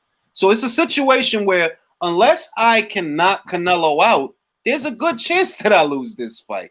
It's just that when it comes to Caleb, I honestly believe, Canelo can beat you fair and square. He don't got to rob you. You're not that nice. If you are, we haven't seen it. Because all you did was Uzkateki. That fight won't happen. That fight won't happen. It won't happen. I saw your post about Plant. That was funny as hell. It's the truth, but it's the truth, though. That fight won't happen. Fucking Mike Lee, Vincent Fagan Boots, and now Caleb Truax. You don't want to fight Benavidez. Why am I not surprised? Why am I not surprised? Of course you don't want to fight Benavidez. You don't have to. You don't got a belt no more. You don't want to risk nothing. You gonna use this Canelo shit to try to sell your shitty ass fights. That's what you're gonna do. The way Wilder used the AJ shit to sell his shitty ass fights. That's what you're gonna do. Like, well, I don't gotta fight Canelo. Everybody talking about me and Canelo, so I already got their attention. Let me fucking go fight. I don't know. I don't know, like shit. I don't think that Caleb would fight Jurgen Bramer. I don't. He wouldn't. He wouldn't. And that's a good ass fight. He won't. He wouldn't fight Jurgen Bramer. Because Jurgen will fuck around and put it on you. And low key, motherfuckers don't rip. Yeah, Jurgen will fuck around and put it on you. Like he put it on Rob Brandt. Southpaw, he's tested at 175. Came down to 168. Yeah, he's a force, bro. He's a little old, but he might fuck around and give Caleb that work. Shout out to Jurgen Bramer. Jurgen's a beast, bro. Jurgen could fight, man. He's a great boxer. Like, not great. He's a very skilled boxer. Very skilled. Very awkward. I would prefer if, and this is not me being an elitist. This is not me being a boxing snob. But bro, I've seen Jurgen. Yeah, he's better fight than Truax. Better fight than Truax. You're gonna fuck about and stop Truax right now, bro. Yeah. You guys think Caleb Plant thinks he got some clout because his wife works for the PBC? I think that Al told him.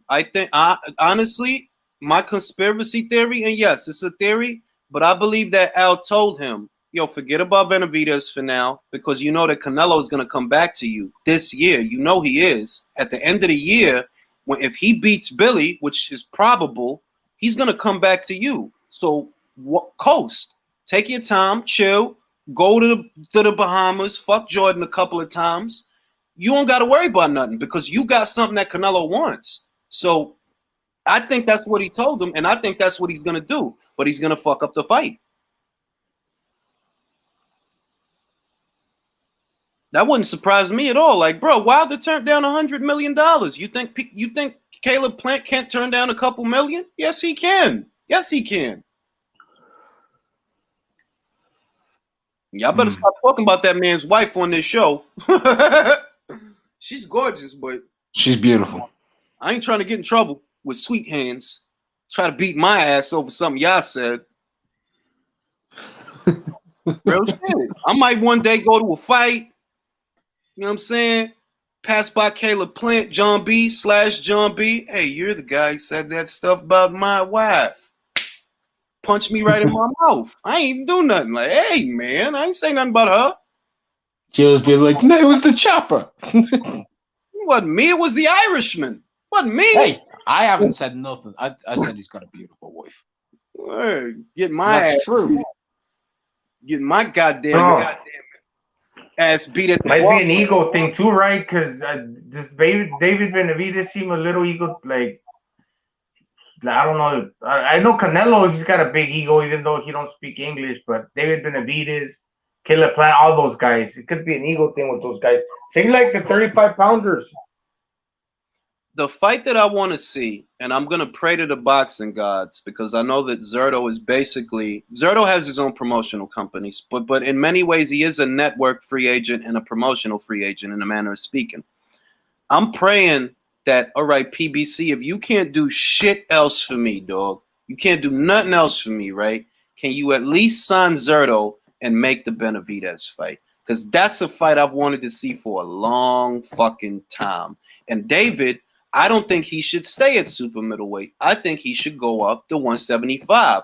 What I want them to do is add more to their roster at light heavyweight. Sign Zurdo and tell David, yo, get the fuck out of 168. Go to 175 and make that fight because that's a good-ass fight. And I don't even know who wins that fight.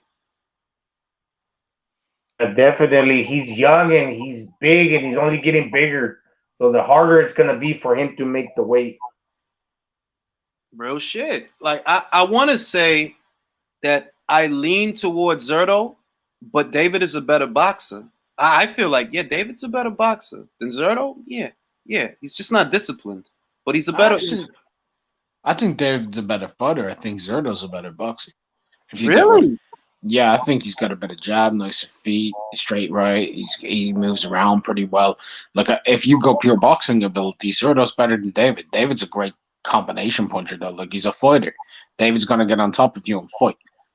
That's a fight, and it's like, yo, they stupid over there. That, like, to me, they like, look, you want to tap into the Mexican American fans.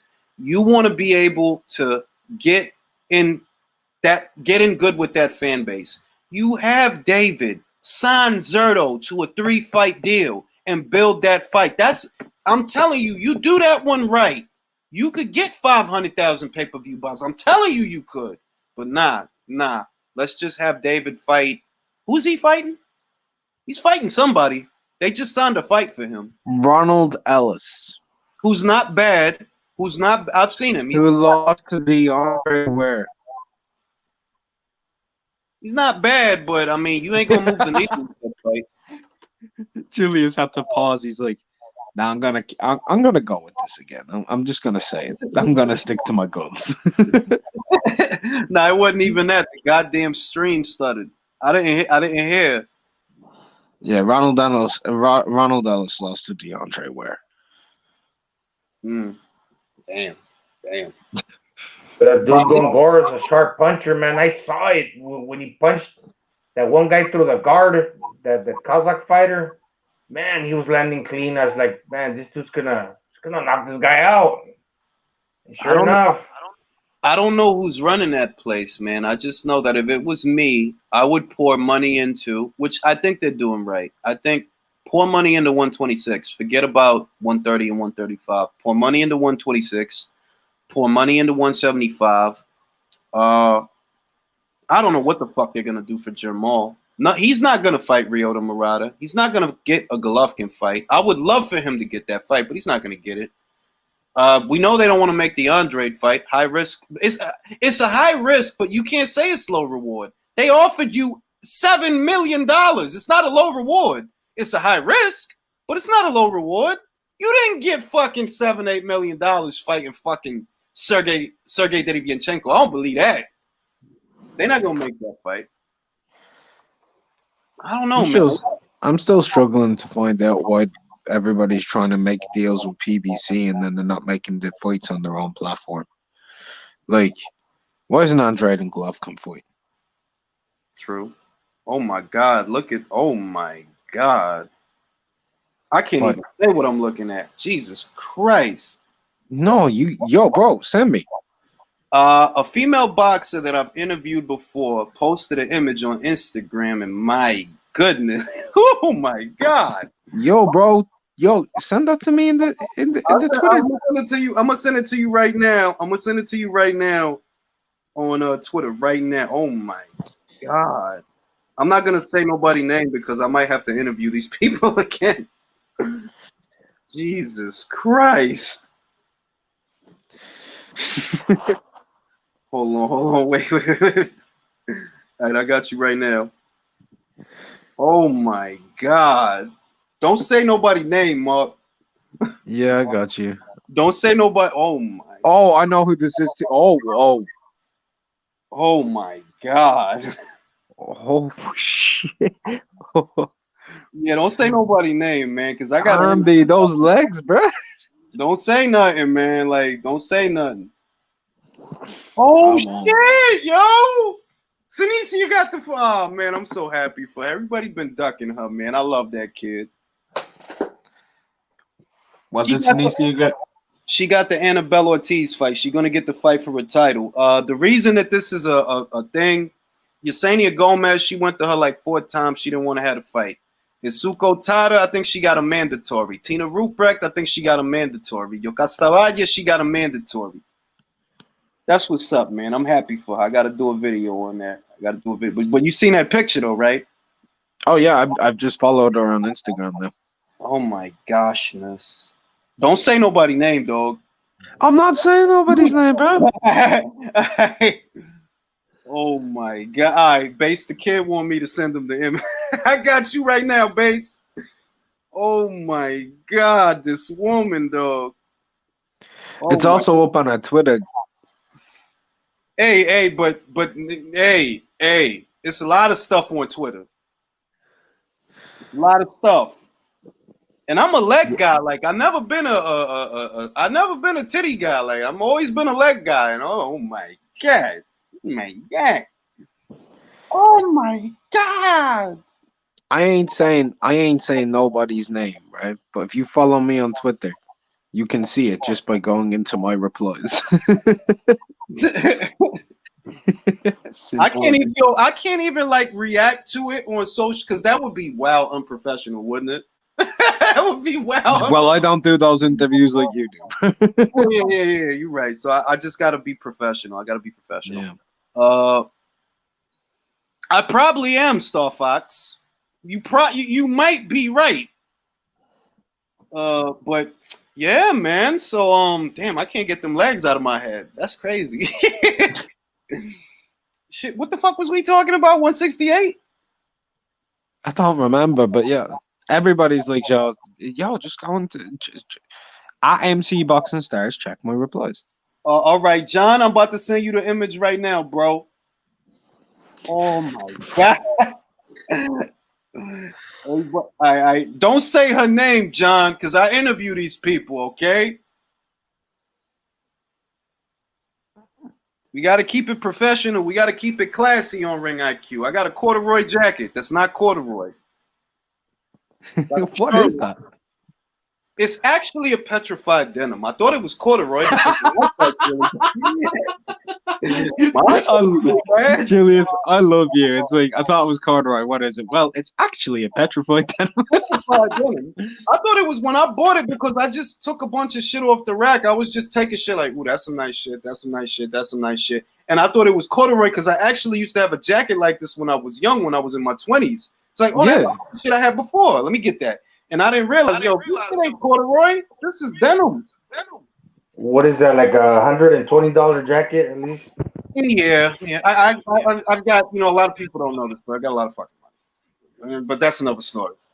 Yeah. Like that jacket really takes me way back to like the boy bands of the 90s and shit. Yeah, man. It works now. No, it's installed now because like what's everybody doing now? Retro fashion. Oh shit, man! But Jesus Christ, this woman's legs. Like I'm still looking at the goddamn picture. Like Jesus Christ, dog. Let's get off the subject of this girl's legs. Shit. But the fuck, I can't. You shouldn't be saying, bro. You shouldn't be saying "get off" in this context, bro. Let's straight up. Yo, that's a poor choice. Oh. Walk over here, yo. I seen you react to this shit, yo. I seen you react to this shit on Twitter, man. Yo, I just got a few follows as well from people in the chat, bro. Yo, dog. She's God egg, man. God bless the blessed. Shit. Oh, God bless us, everyone, man. Oh shit, man. It's wild out here.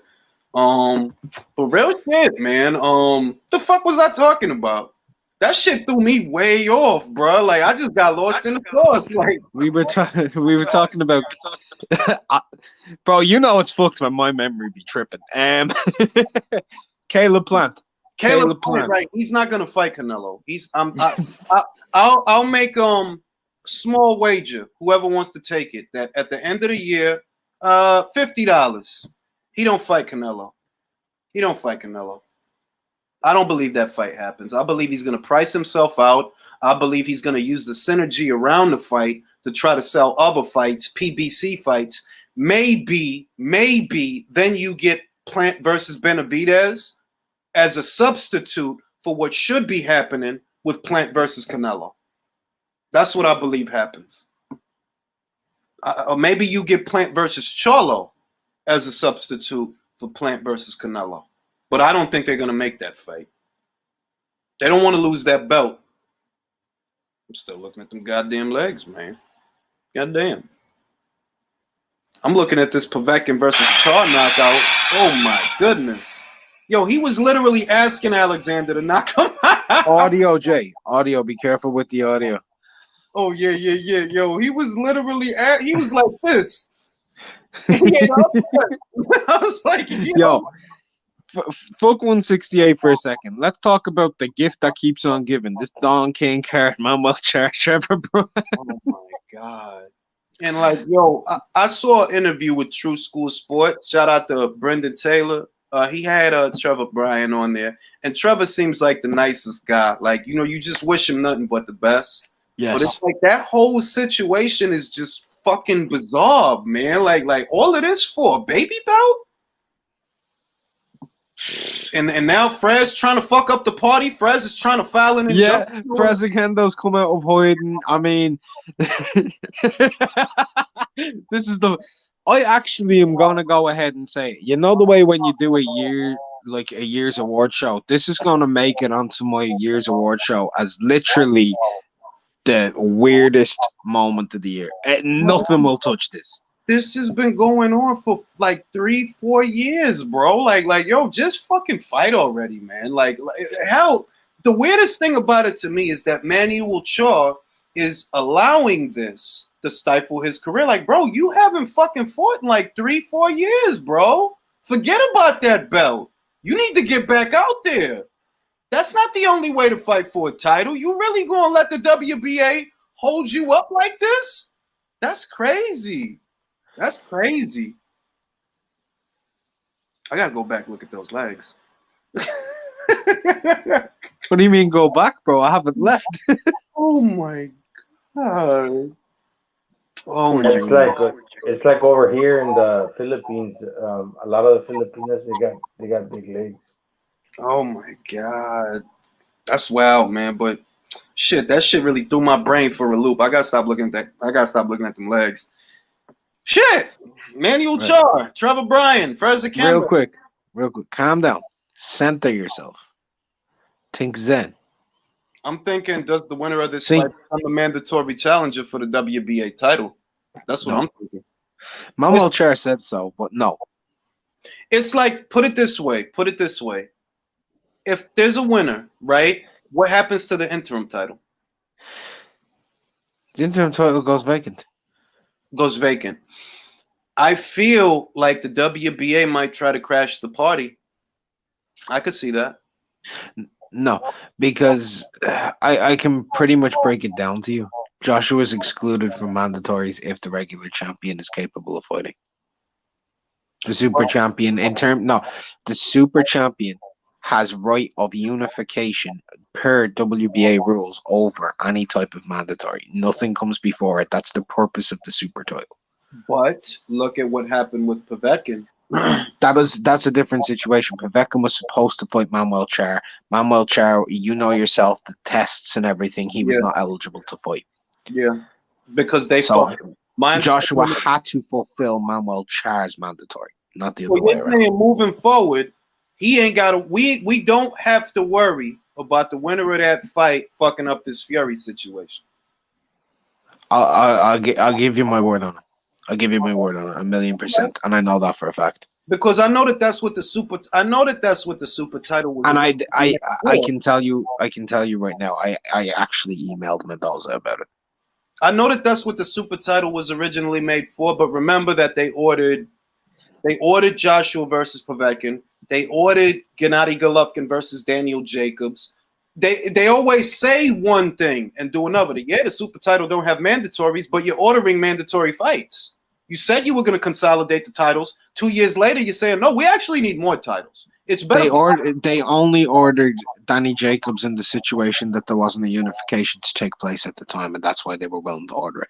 The only way Manuel Chair can take on Anthony Joshua is if Joshua doesn't have a unification possibility.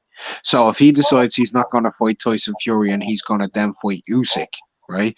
Then they can gate crash with Manuel Chair. That's basically saying he can't interrupt the Fury fight, but after that fight is over, they might order the fight. Exactly. That's cool. I'll take it. I ain't mad at that. Now I got to go back and look at these legs. What you mean go back, bro? I ain't not. I'm trying to. Oh my god.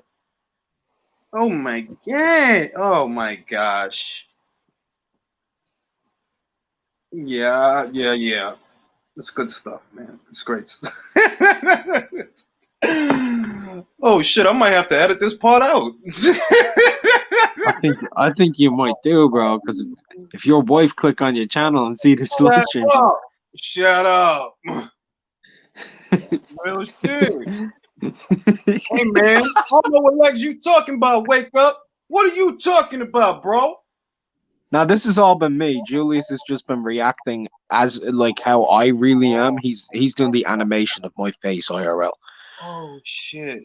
I'm not going to tell you who name it is because that's not professional. And at this stage, it's definitely not. You can't react like that and then go, "Oh, yo, her name is." Oh shit! I was about to say her name. Imagine you bugging out on camera to somebody's physique, and then you like, "Yo, can I get an interview?" Like, it's not going to look right, bro. That's why there has to be a certain level of professionalism. Try to have a certain level of professionalism. Yeah, it's. But I didn't say shit. So, and this is a long live, so ain't nobody gonna see this shit. You would have to be well into the live to have seen this shit. I'll be honest, it's not a long live. It's only an hour and 40 minutes. Long lives are 3 hours plus. You know this. Just saying that. Who the fuck is gonna sit here and listen to me for an hour? Nah, ain't gonna see this part. They're gonna skip past it. That's not true. That's not true. I know, and you know. Our live stream watch time duration and percentage of views on it, and etc. Right, is massively high. Like I have 98% turnover on my live streams, dude, and you do too. Don't even try. I gotta go back and look at these legs. Yeah. Anyway, Julius, you can't be fucked down. Does Stephen Fulton versus Muradjan Akhmadaliev happen? The answer, no. I think, from what I know, Lewis Neary is fighting Brandon Figueroa, and then he's going to fight Stephen Fulton after that if he wins. Which is a great fight. Yeah, I've no problem with unifications, and in all honesty, I've no problem with Neary versus Brandon Figueroa either. I don't mind that because Figueroa's a top 10 guy, regular champ. Like, I've no issue with it. I just think that because Brandon is the WBA regular, he's the WBA something. I know he has the lesser version of Muradjan's title. It's like, yo, I see what you're doing, bro. You don't want to go over there and lose to that guy because you will lose to that guy. Muradjan will beat your ass. He would. So for losing to him, might as well go fight Neary. Because Neary been looking like caca. He has been looking like caca. Yeah, he didn't look great against Almeida, bro. He did not look good against Almeida. But you know what? He didn't look good against Canelo. Well, I tell you, like, I get that. I get Akhmadaliev beat Roman, but that was a really close fight, right? Really close, really good fight. The person who's looked the best at that division so far in the last fights, Stephen Fulton, bro. That performance against Angelo Leo was crafty, skillful. Danny Roman looked like shit with Payano. Didn't he fight Payano in his last fight? Yeah, he did, and he looked trash. Some people thought he lost that fight, and I don't blame them. I'm not going to disagree with them. If I don't remember nothing else about that fight, I remember looking at it like, yo, Danny looked like shit, dog. Like, damn. This is shit. All right, but maybe, I don't know, because I don't want to slight Payano. I see a trend that, okay, just because he knew he did what he did to you, right? You fought other guys since then, and you've looked all right. Like, he looked all right for a little while. He looked all right with Neary. And he was outboxing Neary. Outboxing. And he looked all right after that with Danny Roman, and he was coming off a year layoff before that Danny Roman fight. So it's like maybe we shouldn't write Payano off, because it could be a situation where, you know what, he's better than we gave him credit for. It's just that he knew first one too, sleep. And he knew he's a special fighter. He's a special fighter. Makes me proud to be Japanese. Not more than Kazuto, though. Kazuto. Oh, that dude is something special. I seen a comment from Lou DeBella talking about he don't like the midget fights. That hurt. That hurt. That hurt. I'll be perfectly honest, right? I know that you probably want Lou on the show, and this isn't a reflection of you or your channel. This is my own personal view. I want to say this. Uh-oh. Lou is irrelevant. He's irrelevant. He does not matter anymore. His opinion on what's going on in boxing is not more important than mine or other channels on this platform. Yeah, he's a promoter. He has a few fighters here or there. That's careers are going nowhere and being stifled all the time. And sure, he got into the Hall of Fame because of what he did 17 years ago. But at this stage, nobody gives a fuck about his opinion. Oh, shit.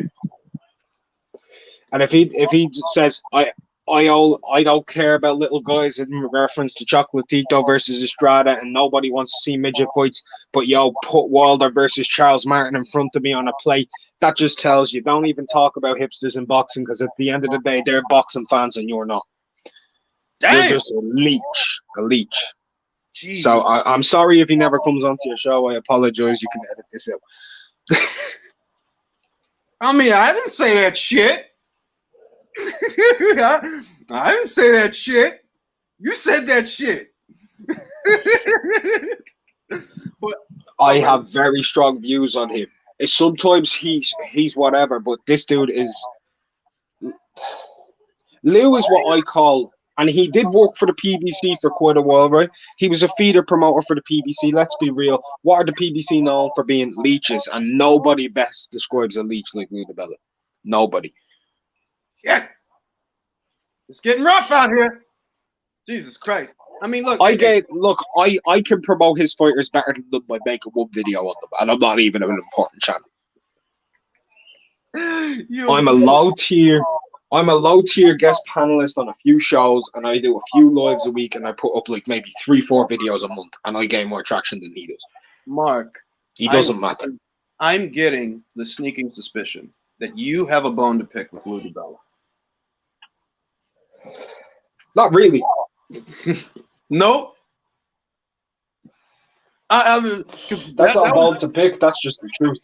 That was a legendary tirade, is what that was. Legendary. But hey, listen.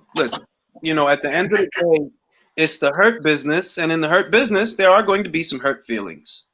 So, I mean, feelings. You know, it is what it is. Rick Glacier has some very strong opinions about Lou as well. He posts them all the time. You know, it's just the nature of the beast. Everybody's not gonna like you. I have strong opinions on Rick Glacier too, but at the same point, he's right about Lou. I'll support him over Lou any day of the week. Any day of the week. What are your strong opinions about Rick Glacier? Any person who comes around and tells you that, oh yeah, this guy shouldn't have won the fight because he's not enjoyable to watch is an absolute prick. Ouch. When did he say that? Anybody? Yeah, he said it about Rodriguez against Gaboyo. Where you can't, because of his hatred towards the Floyd Mayweather style and defensive boxing, and it's like it doesn't sell, so it has no place here. Yo, at the end of the day, I don't give a shit if it sells or not. There's rules to this damn sport. Don't just throw them away because you think something makes money. And at the end of the day, don't you remember? You're the same person who said, "Yo, I think Maloney's gonna beat Inoue because Maloney's exciting." Your philosophy is trash. He's exciting. Anyway's not. Oh shit! I don't know, man. I mean, I try. I think I saw that too, and I'm like, I've heard some really bad takes, but I guess the reason I try not to judge is because I'm the guy that thought Chris Eubank Jr. was going to beat George Groves. Somebody Look, I can't give many people shit because at the end of the day, I'm the person who lost 500 euros on Audley Harrison versus David Hay. So at the end,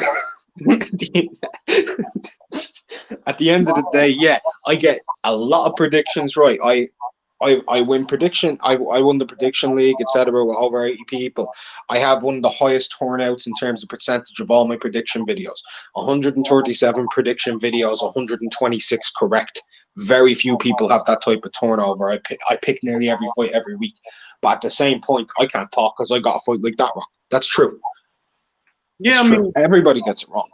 Yeah, I mean that's a if you know to pick Maloney, I like, and it's nothing against Maloney. It's just that looking at that fight, I can't pick Maloney to win that fight. Like no, like why would I? No. The only thing that I think Maloney had working for him going into that fight was that, okay, well, Maloney had fought in the bubble before, whereas he knew he hadn't fought since the Donaire fight. There's a little bit of inactivity, a little bit of ring rust. That's it. That was it. That was all he had working for him. That aside, like, really? You thought Maloney was going to beat Inoue? Hey, man, I thought Kosei was going to beat Kazuto. Can I ask you a question, Julius? Because I don't really pay attention to him too much anymore. Who's under Lou DiBella right now? To my knowledge, he still has a stable. I mean, I know most of his female fighters. I don't really keep up with his male fighters, but he does have a lot of female fighters. He has to my knowledge, he has Amanda Serrano. He has Raquel Miller. I believe he has Christina Leonardo too. I believe he has Mary McGee. I believe he has Kali Reese. Who else? I think there's a couple more. I'm getting old. I'll say this. Everything I'm saying about Lou is, and you know my knowledge on the women's game is trash. It doesn't exist. It's borderline non-existent. I know I'm a casual with women's boxing, and I try to watch. I do try to watch, and I do try to highlight some of the girls from time to time. But when it comes down to it, like with the male side of things, Lou DiBella is completely and utterly irrelevant. Oh, I mean, if we're talking about, all right, I know that he still has, I think he still has Tevin Farmer. I think he still has him. I know he lost Regis Pregarius because when Regis went over to the PBC, I think that's when that's it. He doesn't have Sergey anymore. That's also Julius, I could sign a promotional deal with you right now, and I'd have more relevance. We ain't got to do Lou like that, man. He was it's in true Rocky. though. He was in Rocky. More. He was in Rocky. Remember Rocky 5? Balboa? Not Rocky 5, Rocky 6 with Antonio Tarver. Mason bro. Dick, the line. So. Oh, he's got Conwell. He's got he does have Junior Fa. He does have Junior Fa. I forget. I always forget Junior Fa's a DiBella Entertainment fighter. His best chance at anything is Caldwell, right? Caldwell's that's his best fighter. Like, I know Farmer's technically his best because of achievements and stuff. Caldwell's the best over there, and I like Caldwell. And as a fan, I would urge with every fiber in my being for Caldwell to say, no, fuck this. Yo, I'm going with someone else, bro. I'm going with someone else. I mean, you know, somebody who can actually get me fights, someone who has a network, and most importantly, somebody who actually is able to gain me a little bit of favoritism with the judges, not somebody who scrapped every relationship in this sport. You go with Lou DiBella, you're a marked man. Straight up. You are marked. I mean, I can't say a lot. This is a legendary tirade. All right, ladies and gentlemen, my old ass is going to go take a nap. I'm tired. I will upload a video shortly. Legendary tirade from Mark. Subscribe to Unrivaled Boxing Talk. Best predictions on YouTube. And I'm going to go look at those legs. Take it easy, Jay.